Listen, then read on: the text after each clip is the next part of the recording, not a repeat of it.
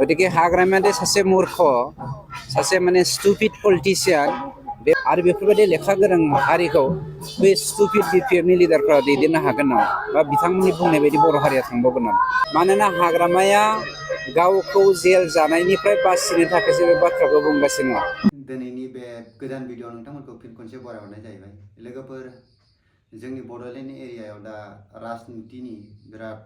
बाराव एसे बारानिफ्राय बारा जाबोगासिनो दं आरो बयबो पार्टियानो लुबैगोन कि गाव गावनि पार्टियाव बांसिन पाब्लिकफोरखौ बोनो। ओमफ्राय बेयावनो माखासे लिडारफ्रा गाव गावनि बुंनाय रावफ्राव एसे लागाम गैयै बायदि माने गावजों गाव माने बिराद ब्लेम होलायगासिनो दं, मोजां भाषाखौ बाहायनो नागिरा आरो। दिनै जोंनि बर'नि बयबो स्टुडेन्टफोर होन, समाजाव थानाय आदै मादै आदा आबौ गासिबो माने बयबो मोनथिखासिगौ थांनाय 17 बोसोरनि पलिटिक्स आरो नैबे दा 3 बोसोर सोलिफुबाय थानाय UPPL सरकाराव मा सोलिगासिनो दं। दा बेयाव जों बेखौल' लुबैयो, जायखिजाया पार्टियानो मोननैबो जोंनि बर'नि आंगो, बेयाव जों माने गाव गावनि मर्यादा जाय बुंनाय रावफोरखौ लानानै मोजाङै दान्थे बिदान्थे खालामलायबानो जायो। सोरबा सासे मानसिया जोंनि बर'नि लिडार ओंखारदोंब्ला बे रावबो मूर्ख जानो हाया, माने सासे गियान गोनां मानसियानो जागोन। आरो जाय मानसिखौ मूर्ख होनदों बेबो थांनाय 17 बोसोर जोंनि BTC सरकारखौ सालायबोदों आरो बिनि सिगांबो माखासे हाथियार लानानै जोंनि जाथिनि रैखाथिनि थाखाय गावखौनो मोनसे खैफोदाव खोख्लैनानै बासायबोदों जोंनि जाथिखौ। दा दिनै जोङो बिदि बांद्राय गावजों गाव माने गाज्रि राव बुंलायनाय मानाय बेखौ नुदों आरो। बेयाव जोंनाव UPPL आव सानै जाय लिडार दं, बेयाव आङो EM रनजित बसुमतारी आरो रंगुलखौ बुंनो सानो। बिसोर सानैया माने सासे लिडारनि क्वालिटि बायदि नङा, माने बुङोबा डाइरेक्ट एटेक खालामनाय बायदिसो बुङो। बेयाव खोथाफोरखौ सासे पलिटिशियाना मारै मेनिपुलेट खालामनानै मोजां भाषायै रायलायनांगौ बेखौ बांद्राय रोंजोबाखै बिसोरो। दा जोंनि ओरैनो ट्राइबेल माइन्डआ स्ट्रेट फरवार्ड जायो, बांद्राय खोथाफोरखौ फिदिंलाबायनानै रायलायनो रोङा, बेनि थाखायबो जानो हागौ। नाथाय एथ' गिदिर माबायाव थाहैनानै दा जों एसे जोंनि लिडारफोरा रायलायनाय ओमफ्राय बे मोनसे नम्रताखौ लाबोनांसिगौ आरो। अब्लासो जों माने पाब्लिकखौ बोरै बोनो हागोन बेफोरबायदि बाथ्रानि सायाव बिसोरनि एक्टनि सायावबो जायो रायलायनायाव। बेखायनो आङो बुंनो सानो माखासे खोथाफोरखौ बुंनायनि सिगां गाव गावखौबो एसे साननानै नायग्रोनांगौ कि जों बबे फिल्डनिफ्राय फैनायमोन आरो जों सोरखौ रेसपेक्ट खालामनांगौ। दिनै बर'नि पलिटिक्सआ माने BTR एरियानो जोंनि मोनसे फिसा फुख्रि बायदि। दा फुख्रियाव गिदिर ना थायोबा माने गावजों गाव सौदावलायोना, ओमफ्राय बेयावनो दावरावआ बांसिन जायो आरो राननानै जानो एसे सेरखाय बेरखाय जायो। दा बांसिन मानसियानो गाव गावखौ बांसिन माने मोनजाजानो लुबैयो नालाय, दा बिसोरबो माखासे लिडारफ्रा बेबायदिनो जागासिनो दङ आरो। नाथाय दिनै जोंनि UPPL सरकारा जोंनि BTRनि ब्रेन आं होनाबाबो गावसोरनो साननानै लायो बिसोर। माखासे खोथाफ्रावबो जों हमनो हायो ब्रेन, बिसोर बिराद गिदिर ब्रेन। दा दिनै BPF पार्टिखौ जेबो सानला बिसोर। ओमफ्राय दा ब्रेना मारै गावसोरखौ कनफिडेन्स खालामनानै लादों होनोबा सोरनिबा फाफ्लियाव हाथियार होनानै माने गावसोरखौ गोरा हमनानै लादों। माने BJPनि सापर्टजों बिसोर गावसोरखौ दा गोरा साननानै लायो। नाथाय हाग्रामा महिलारिया दिनैबो जेनसेयावबो बियो दिनैसिमबो हारसिङैनो इलेक्सनखौ गेलेनो जुजिबोगासिनो दं। जुदि UPPLआ एसेबां पावाराव दङब्ला, गोराब्ला, दिनै बै पार्टिफोरखौ बांद्राय गोसो होआलासेनो जोंनि जातिनि समाजनि मोजां खामानि मावनायाव आरो स्पेसियेलि आं होनो XNDP-फोरनि जायफोरा गोरिब न'खर, जायफोरा दिनै जेबो हेल्प मोनाखै, न' बां गैया, बिसोरनो बांसिन सिगांग्रो सुबिदाखौ होनो थाखाय आं खावलायो। बेनि उननिफ्राय बाखि जेखि माबायानो जाया मानो बेखौ खामानिखौ मावबानो जायो। जों एथ'ग्राम जेबो लुबैया जोंनि बर'नि मानसिफ्रा। आंनि साननायाव बा माखासे बर' जेसेबांखि पाब्लिकफोर दङ बिसोरनि साननायाव एथ'ग्राम बिदिखौ लुबैया। साहे नों UPPLआ 10 बोसोरखौनो सरकार सालाया मानो, जाय BPFआ थांनाय 17 बोसोरावनो सालायाखै मानो, जाय गरिबा गरिबै दिनैसिमबो गरिब दङ। जों दिनै गोजान जायगायाव थानानै नुयो जोंनि जायगाया माने ओरैबायदि गोग्लैसोनाय दा बुंनानै लाजायो कि दस्रा जायगानि माने 10%बो गैया जों दा ओरैबायदि गोग्लैसोनाय जोंनि टाउन एरियायावल' एसे दा मोजां बाखि बाहेर साइडआव गोबां दाबो गोग्लैसोनाय दं दा बेफोरनि थाखाय जोङो गोबां माने बिजनेस जोंनि गामियारि ओनसोलाव थाग्रा बा जोंनि समाजनि जाय मानसिफ्रा खामायनायनि सुबिदानि थाखाय माने सरकारा जायखि फैया माने खालामनानै होग्रोनांगौ जोंनाव बेयाव सोरबा BPF UPPL जोंहा बेहा रावखौबो मुगैनाय गैया खालि जोंनो नांगौ जोंनो पाब्लिकनि आरो जोंनि जाथिनि रैखाथि आरो माखासे सुबिदाखौ होनो हाब्लानो जोङो बे सरकारजोंनो दङ बयबो सरकार जाय BPF-आनो होन सरकार UPPL-आनो होन मोननैबो पार्टिजों दङ नाथाय मोननैनि गेजेराव जाय साबसिन खामानि मावगोन बेजोंनो पाब्लिकफ्रा थांगोन बेयाव सोरखौबा फैसा होनानै बायलायनो हानाय नङा सोरखौबा थगायनानै बोखायनो हानाय नङा गां माने जों बे फिसा एरियायाव नुखाजोबो कि डेभेलपमेन्टआ बेसेबां जादों दा EM रन्जित बसुमतारिया दा गिदिर खोथा बुंदों टेक्न'लजिनि गेजेरजों आबाद मावनाय नाव गाज्रियाव गाखोयै माबै बिराद हेनथेन बिदि खोथा टेक्न'लजिनि खोथा आबाद मावनाय होनोब्ला दिनै UP MP पान्जाब माने बेफोरबायदिनि जायगायाव नोङो आबाद थिलियाव नायोब्ला नुगोन बिराद गिदिर टानेल बिराद दै माने गासिनिबो हाजों दै बोहैनानै थांग्रा जेनिफ्राय 12 मास नों दैखौ बोखांनानै आबाद मावनो हायो जोंनि आसामाव नोंगौ बिराद अखा हायो नाथाय दिनै जोंनि आसामाव माने माइ गायनो थाखायनो अबेबा समाव दैखौनो मोना जायो आरो एखमबा ओरैबायदि दैया बाना जायो जेराव माइखौनो गायनो हाया जायो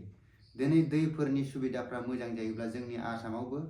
खननै खनथाम माइखौ गायनो हागोन स्पेसियेलि जोंनो माइखौल' गायखायो दा जोंनि आबादारिफोरनि थाखाय बेफोरबायदि सुबिदाखौ बबेबा पार्टिनि सायाव बांद्राय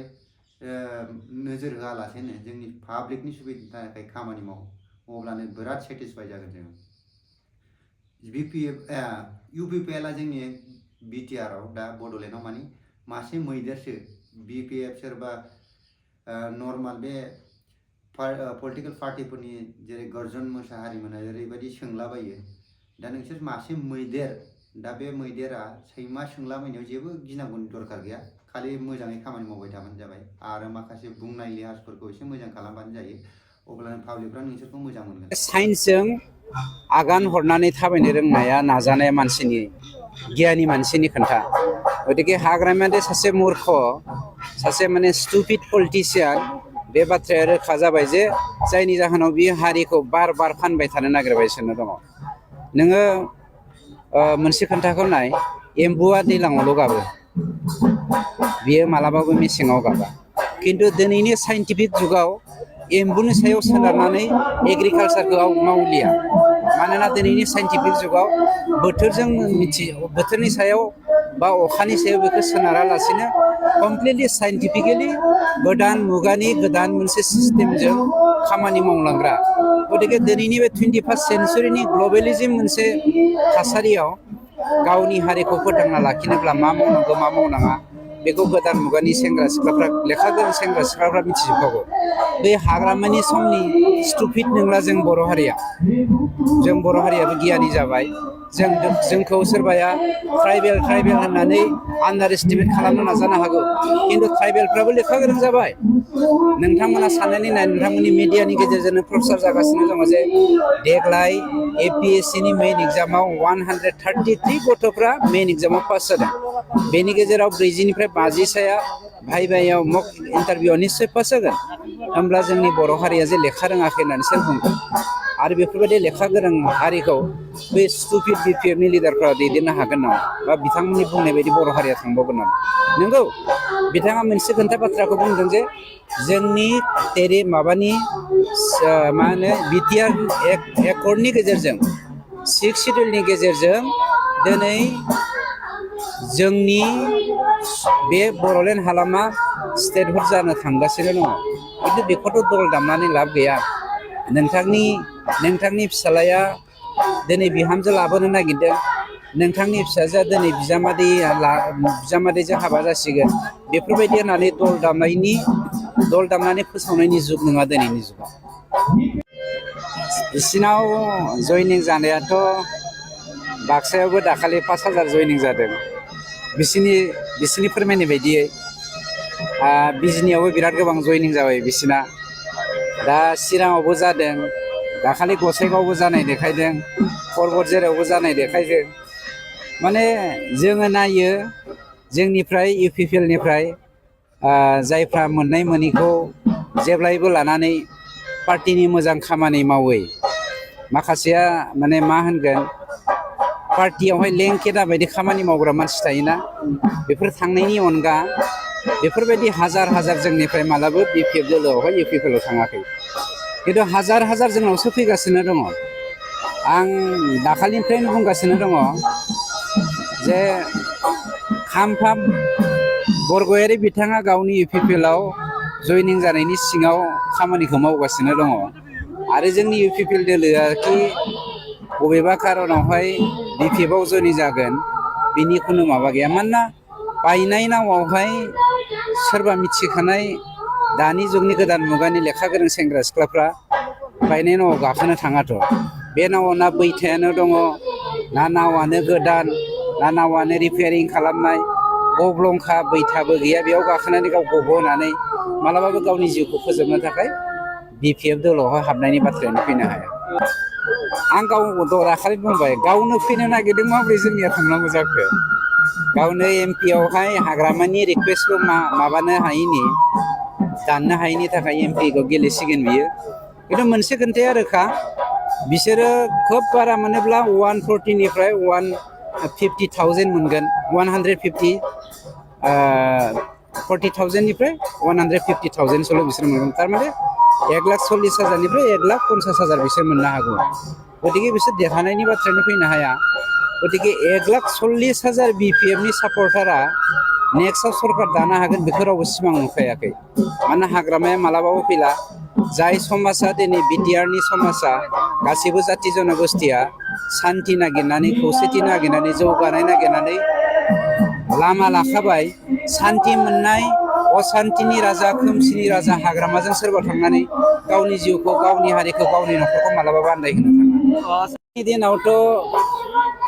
बुंराय फेरला फेथा खालामलायनानै MP देरहानानै खामानि मावनाय गोबां लिडारफ्रानो थांदोंमोन मा मावनो हादों आं दहायनो बुंबाय बे 21st सेन्चुरिनि गोदान सेंग्रा सिख्लाफ्रा हाग्रामाजों मालाबाबो गैया आरो हाग्रामाया मालाबाबो सिमां दा सुजुथों मानोना हाग्रामाया गावखौ जेल जानायनिफ्राय बासिनो थाखायसो बे बाथ्राखौ बुंगासिनो माहारिखौ डिभाइड एन्ड रुल खालामनो हारिखौ मोनसे खैसाराव खोख्लैनो गाव जेब्लायबो माने सेफ जनाव थानो बे थांखिजोंल' BPF आ खामानि मावगासिनो दङ बेखौ नोंथांमोनाबो बुजियो जों गासिबो बुजियो